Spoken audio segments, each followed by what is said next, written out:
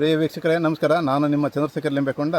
ಇವತ್ತು ನಾವು ಕಾಳು ಮೆಣಸು ತೋಟದಲ್ಲಿ ಇದು ಸಣ್ಣ ಅಡಿಕೆ ತೋಟ. ಇದರಲ್ಲಿ ಕಾಳು ಮೆಣಸಿಗೆ ನಾವು ಅಲ್ಲಲ್ಲೇ ಒಂದೊಂದು ಇದೆ. ಈ ಸಣ್ಣ ಅಡಿಕೆ ಗಿಡಕ್ಕೆ ಜಾಸ್ತಿ ನೀರು ಬೇಕು ಅಂತೇಳಿ ನಾವು 6 ಸರಿ ಇರಿಗೇಷನ್ ಸ್ಪ್ರಿಂಕ್ಲರನ್ನು ಮಾಡಿದ್ದೀವಿ. ಇದು ಹೇಗಿದೆ ನೋಡಿ ಫಸಲು. ಕಾಳುಗಳು ಸಮೇತ ಒತ್ತೊತ್ತಾಗಿದೆ, ಹಿಡಿಗೆನೂ ಚೆನ್ನಾಗಿದೆ. ಈ ಥರ ಗೆರೆನೂ ಅಂದಾಜು ಹತ್ತಿರದಲ್ಲಿದೆ. ನಾವು ತಿಳ್ಕೊಬೇಕಾಗಿದ್ದು ಇಷ್ಟೇ, ಈಗಿನ ದಿನಮಾನದಲ್ಲಿ ಉಷ್ಣಾಂಶ ಅತಿ ಜಾಸ್ತಿ ಆಗ್ತಾ ಇರುತ್ತೆ. ಉಷ್ಣಾಂಶ ಜಾಸ್ತಿ ಆದಾಗ ಏನಾಗ್ತದೆ, ಸೂರ್ಯನ ಬೆಳಕಿನ ಜಳಕ್ಕೆ ತೇವಾಂಶ ಕಡಿಮೆ ಆಗ್ತಾ ಹೋಗ್ತದೆ. ತೇವಾಂಶ ಕಡಿಮೆ ಆದಾಗ ನಾವು ಯಾವುದೇ ಪೋಷಕಾಂಶ ಕೊಟ್ಟು, ಈ ಗಾಳಿ ಬೆಳಕು ನೀರು ಜೊತೆಗೆ ಪೋಷಕಾಂಶ ಕೊಟ್ಟರೂ ನಾವು ಏನಾಗ್ತದೆ ಅಂತ ಹೇಳಿದರೆ, ಇದು ತೇವಾಂಶ ಕಡಿಮೆ ಇದ್ದಾಗ ಅದೇನಾಗುತ್ತೆ, ಚಿಗುರೋದು ಕಡಿಮೆ ಆಗುತ್ತೆ. ಚಿಗುರ್ಲಿಕ್ಕೆ ಅದು ಹೋಗೋದಿಲ್ಲ. ನಾವು ನೀರು ಜಾಸ್ತಿ ಕೊಟ್ಟಾಗ ಏನಾಗ್ತದೆ, ನಾವು ಮಾಮೂಲಿ ಜೂನು ಮೊದಲನೇ ವಾರದಲ್ಲಿ ನಮಗೆ ಗೆರೆ ಬರುತ್ತೆ ಅಂತ ತಿಳ್ಕೊಳ್ಳಿ ನೀವು, ಅಥವಾ ಮೇ ತಿಂಗಳ ಕೊನೆಯ ವಾರದಲ್ಲಿ 15 ದಿವಸ ಮೊದಲು ಬಂದಾಗ ಏನಾಗ್ತದೆ, ಇದು ದ್ವಿಲಿಂಗ ಪುಷ್ಪ ಬರುತ್ತೆ. ಅಂದರೆ ಹೆಣ್ಣು ಗಂಡು 2 ಜೋಡಿ ಬರುತ್ತೆ ಈ ಕಾಳುಮೆಣಸಿನಲ್ಲಿ. ಇವು ಮೊದಲು ಬಂದಾಗ ತುಂಬ ಜೋಡಿ ಚೆನ್ನಾಗಿ ಬರುತ್ತೆ ಮತ್ತು ಚೆನ್ನಾಗಿ ಬರುತ್ತೆ.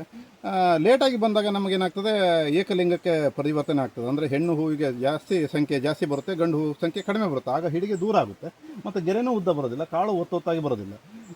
ಇದು ಈ ರೀತಿ ಬರ್ತಾಯಿದೆ. ನಾವು ನೀರನ್ನು ಏನು ಕೊಟ್ಟರೆ ಎಷ್ಟು ಚೆನ್ನಾಗಿ ಬರುತ್ತೆ ಅನ್ನೋದ್ರ ಬಗ್ಗೆ ನೀವು ಒಂದು ವಿಮರ್ಶೆ ಮಾಡ್ಬೋದು. ಹಾಗೆ ನಾವು 3 ಸರಿ ನೀರು ಕೊಟ್ಟಿರೋದು ಇದೆ ಕಾಫಿ ತೋಟದಲ್ಲಿ. ಇದು ಪೂರ್ತಿ ಒಂದೇ ನಮ್ಮದೇ ತೋಟ, ಆದರೆ ನಾವು ಸ್ವಲ್ಪ ಬೇರೆ ಬೇರೆ ಥರ ನೀರನ್ನು ಉಣಿಸಿದ್ದೀವಿ. 3 ಸರಿ ನೀರು ಕೊಟ್ಟಿದ್ದನ್ನು ನಿಮಗೆ ತೋರಿಸ್ತೀವಿ. ಇದು ನೋಡಿ 3 ಸರಿ ನೀರು ಕೊಟ್ಟಿದ್ದು. ಅಂದರೆ ಸ್ವಲ್ಪ ಇದು ಸಾಯಂಕಾಲ ಬಿಸಿಲು ಜಾಸ್ತಿ ಇದೆ ಇಲ್ಲಿ. ಇದು ಲೇಟಾಗಿ ಹೂ ಬಂದಿದೆ, ಸುಮಾರು ಜೂನ್ 15ರ ನಂತರ ಬಂದಿದೆ. ಇದರಲ್ಲಿ ಏನಾಗ್ತದೆ, ಗಂಡು ಹೂವಿನ ಸಂಖ್ಯೆ ಕಡಿಮೆ ಆಗಿದೆ. ಇದೆಲ್ಲ ಕಾಯಿ ಬರಬೇಕಾಗಿದ್ದು, ಕಾಯಿ ಕಚ್ಚಬೇಕಾಗಿದ್ದು ಉದುರಿ ಹೋಗಿದೆ ನೋಡಿ ಹೀಗೆ. ಮತ್ತು ಗೆರೆನೂ ಗಿಡ್ಡ ಬರುತ್ತೆ. ಇದು ಏನಾಗ್ತದೆ, ನೀರು ಕಡಿಮೆ ಆದಾಗ ಅದು ಗೆರೆನೂ ಗಿಡ್ಡ ಆಗುತ್ತೆ.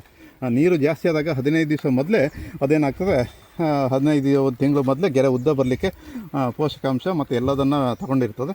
ಹಾಗಾಗಿ ಉದ್ದ ಬರುತ್ತೆ. ಇದು ಬೆಳೆ ಇದೆ, ಆದರೆ ನಮಗೆ